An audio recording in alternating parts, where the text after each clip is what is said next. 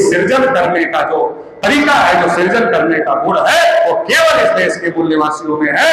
ये लोग को विखंडित करने का गुण है। जब से आए टुकड़े ही टुकड़े हो रहे हैं, टुकड़े ही टुकड़े हो रहे हैं। अभी भी इनको चैन नहीं हुआ, अभी भी हिंदू मुसलमान हिंदू मुसलमान हिंदू मुसलमान, ताकि फिर टुकड़े करवा दें। तो इस प्रकार का जो षड्यंत्र देश में चल रहा है, इसको रोकना पड़ेगा। रोकने के लिए आप लोग काम करेंगे। भारत को फिर से विश्वगुरु, फिर से सोने की चिड़िया और फिर से अखंड भारत बनाएंगे। इस एक आदमी नौकरी पा जाएगा तो क्या होगा? 10 लड़के देखते, अरे भैया नौकरी पा गया यार, हमको भी पढ़ना चाहिए। और जब बीए एमए करके वही बेरोजगार घूमेगा तो 10 लड़के भी मोटिवेट हो जाए, अरे पढ़ने लिखने से कुछ होता है? अरे कुछ नहीं करने की जरूरत है। तो आपकी पढ़ाई चौपट की जा रही है, आपको नौकरी नहीं दी जा रही है, आपके बच्चों को जानवरों के लेवल पर पहुंचाने का और गुलाम बनाकर केवल कंपनी फैक्ट्री में काम करने के लिए पाला जा रहा है। अभी सरकार ने कानून के नियम बदल दिए, जो मजदूरी के घंटे हैं उसको बदल दिए। पहले 8 घंटे की नौकरी होती थी, अब 12 घंटे की हो गई। 8 घंटे की नौकरी है, 12 घंटे की नौकरी गुलामी है। आपके आने वाली जनरेशन को गुलाम बनाने की तैयारी है। और किसानों को तो झुनझुना दे दिया है कि साल में 6000 रुपया। अरे एक दिन में कितना होता भाई? तुम्हारे फसल की कीमत के बराबर है। तुम फसल की कीमत की लड़ाई छोड़कर 6000 रुपए में घुसो। फसल की कीमत के बराबर है नहीं है। 6000 के झुनझुना बजा रहे हो, 6000 झुनझुना बजा रहे हो 6000 का। 14 में कहा था किसानों की आय दोगुनी कर देंगे, किसानों की आय छोड़कर बाकी हर चीज दोगुना कर दिया। पेस्टिसाइड की कीमत दोगुनी कर दिया, खाद की कीमत दोगुनी कर दिया, गैस की कीमत दोगुनी कर दिया, पेट्रोल की कीमत दोगुनी कर दिया, डीजल की कीमत दोगुनी कर दिया, किसानों की इनकम छोड़कर बाकी सबको दोगुनी कर दिया। वो तो भला हो हरियाणा और पश्चिमी उत्तर प्रदेश और पंजाब के किसानों का कि आपकी जमीन बच गई। 600-700 किसानों ने कुर्बानी देकर आपकी जमीन बचा लिया, नहीं तो ये जमीन भी छीन लेता, क्योंकि 2014 के बाद 2019 आए। तो हमने अपने लोगों से पूछा कि अरे अब क्या इरादा है? कहा बेचारा 5 साल में क्या करे? हमने कहा सही कह रहे हो, 5 साल में कम ही किया है। मोदी जी ने कहा बड़ा दुख होता है, ये बैकवर्ड लोग हमको कहते हैं ओबीसी है, ओबीसी की गिनती नहीं कर रहा, ओबीसी को आरक्षण नहीं दे रहा है।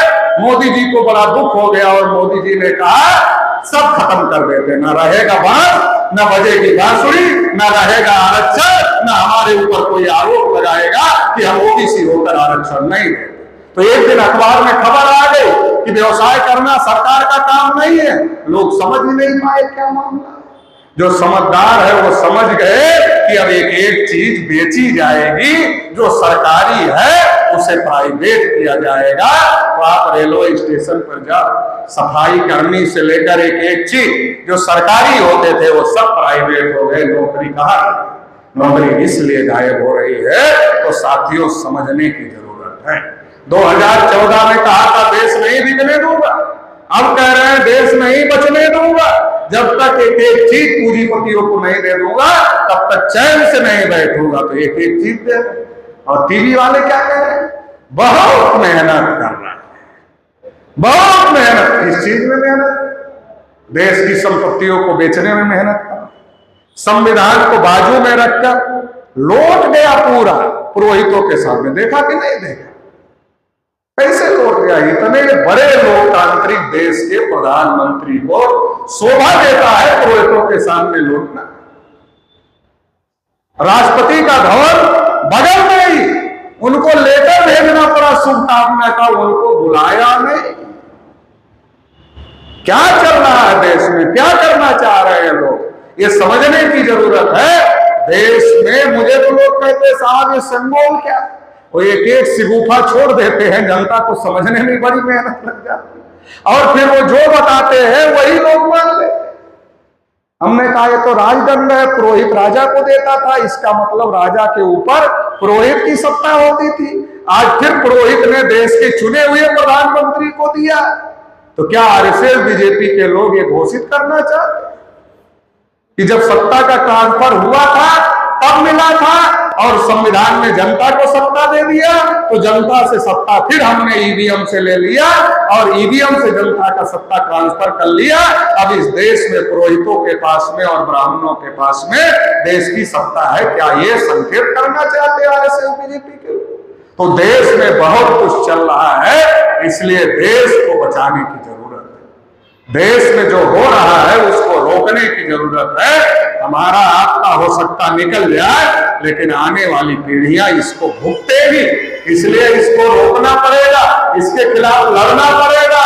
और अगर नहीं लड़ेंगे तो इतिहास में दर्ज हो जाएगा कि जब ये सब हो रहा था, संविधान खत्म करने की कोशिश हो रही थी, लोकतंत्र खत्म करने की कोशिश हो रही थी, तो हम लोग तमाशा देख रहे थे। ये इतिहास में भी दर्ज हो जाएगा, तो आने वाली पीढ़ियां, आने वाला इतिहास माफ नहीं करेगा। इसलिए साथियों, इस लड़ाई को लड़ने की जरूरत है। बहुत हिंदू मुस्लिम हो गया, बहुत जाति बिरादरी हो गई, अब हक अधिकार की लड़ाई लो, अपने अपने हिस्से की लड़ाई लो। हम किसी के खिलाफ नहीं है कि पंडित को नहीं मिलना चाहिए, उसको भी मिलना चाहिए। ब्राह्मण की जितनी संख्या है बराबर ईमानदारी से उतना मिलना चाहिए। क्षत्रियों की जितनी संख्या है ईमानदारी से उतना मिलना चाहिए। वैश्यों की जितनी संख्या है ईमानदारी से उतना मिलना चाहिए। ओबीसी की, एससी की, एसटी की, माइनॉरिटी की, जिसकी जितनी संख्या भारी उसकी उतनी हिस्सेदारी सभी क्षेत्र में होना चाहिए। ये लड़ाई लड़ना पड़ेगा और ये लड़ाई लड़ेंगे तो हमारी समस्याओं का समाधान होगा।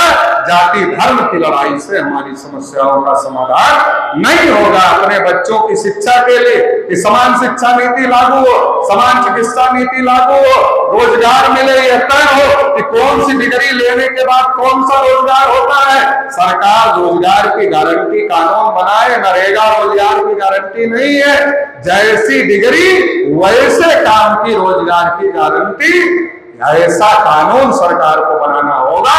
इस प्रकार की तमाम बातों के लिए लड़ाई लड़ने की जरूरत है। अगर इस प्रकार की बातों के लिए लड़ाई लड़ेंगे तो हमारी आने वाली जनरेशन का भविष्य अच्छा हो सकता है। अगर इस प्रकार की लड़ाई नहीं लड़ेंगे तो हमारे आने वाली जनरेशन बर्बाद हो। आखिरी बात कहकर अपनी बात समाप्त करें। राष्ट्रीय पिछड़ा वर्ग मोर्चा के माध्यम से दिल्ली से लेकर गली तक का नेटवर्क हम लोग बनाने का काम कर रहे हैं, क्योंकि देश की मीडिया हमारी बात नहीं दिखाती, इसलिए हमारे ही लोगों के माध्यम से हमारी बात हमारे लोगों तक पहुंचना चाहिए। दिल्ली से हम कोई बात बोले तो गांव गली मोहल्ले तक पहुंचना चाहिए, और गांव गली मोहल्ले तक हमारे ऊपर, हमारे समाज के ऊपर कोई अन्याय अत्याचार होता है वो खबर भी दिल्ली तक पहुंचना चाहिए, ताकि उसकी लड़ाई भी लड़ी जा सके, उसके साथ भी न्याय हो सके। तो इस प्रकार का नेटवर्क दिल्ली से लेकर गली तक, गली से लेकर दिल्ली तक बनाने का काम राष्ट्रीय पिछड़ा वर्ग मोर्चा के माध्यम से किया जा रहा है। आज सभी लोगों से भी ये आह्वान करना चाहते हैं और आज सभी लोगों से ये आश्वासन लेना चाहते हैं कि आप भी यहाँ से जाओगे, सप्ताह में 6 दिन अपना घर परिवार चलाने के लिए काम करो, हमें कोई ऐतराज नहीं है, लेकिन सप्ताह में 1 दिन अपने बच्चों के भविष्य के लिए काम करो। इसके लिए भी आपको काम करना होगा। 1 दिन बच्चों के भविष्य के लिए काम करो, 6 दिन परिवार चलाने के लिए काम करो। गांव गांव में संगठन बनना चाहिए, यूनिट बनना चाहिए, स्वच्छता अभियान चलना चाहिए, ताकि ये जागृति हो सके। नहीं तो अखबार टीवी तो दिमाग खराब ही कर रहा है, बचा कुचा पंडित जी लोग घर में जाकर खराब कर रहे हैं। तो ये जहर है, एक दवा है लोकतंत्र में, विचारधारा की लड़ाई है। अगर जहर वाली विचारधारा चल रही है, उसका काउंटर दवा वाली विचारधारा भी आपको गली गली मोहल्ले मोहल्ले पहुंचाना पड़ेगा। ये काम आप लोगों को करना चाहिए। और अगर ऐसा हो गया तो देश में 7 करोड़ तो अकेले ओबीसी है, एससी एसटी ओबीसी माइनॉरिटी सब अधिकार वंचित है। अगर सबको मिला लिया जाए तो 90% हो जाएंगे। 90% मोटा मोटी कम ही मान लो तो 90 करोड़। 90 करोड़ में 1 करोड़ आदमी दिल्ली बुला लो, इतना 1 करोड़, 1 करोड़ दिल्ली बुला लो। तो जो हमारे पर्चे पर लिखा है जाति आधारित जनगणना करो, वरना कुर्सी खाली करो, तो जनगणना भी करना पड़ेगा और कुर्सी भी खाली करना पड़ेगा, और ये देश हम चलाने लायक हो जाएंगे। और हम चलाने लायक हो जाएंगे तो इंसाफ करेंगे।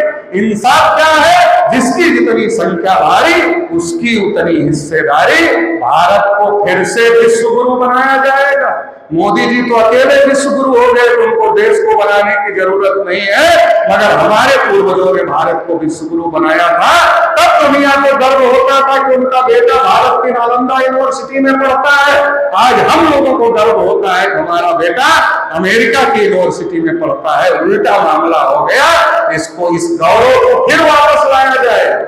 अखंड भारत जो पहले था सम्राट अशोक के समय वाला, बनाया जा सकता है, वो भी बनाया जाएगा। भारत को विश्व गुरु, भारत को सोने की चिड़िया, भारत को अखंड भारत कोई नहीं बना सकता। इस देश का मूल्यवासी ही बना सकता है, कोई दूसरा नहीं बना सकता। क्योंकि सृजन करने का जो तरीका है, जो सृजन करने का गुण है, वो केवल इस देश के मूल्यवासियों में है। ये लोग को विखंडित करने का गुण है। जब से आए टुकड़े ही टुकड़े हो रहे हैं, टुकड़े ही टुकड़े हो रहे हैं।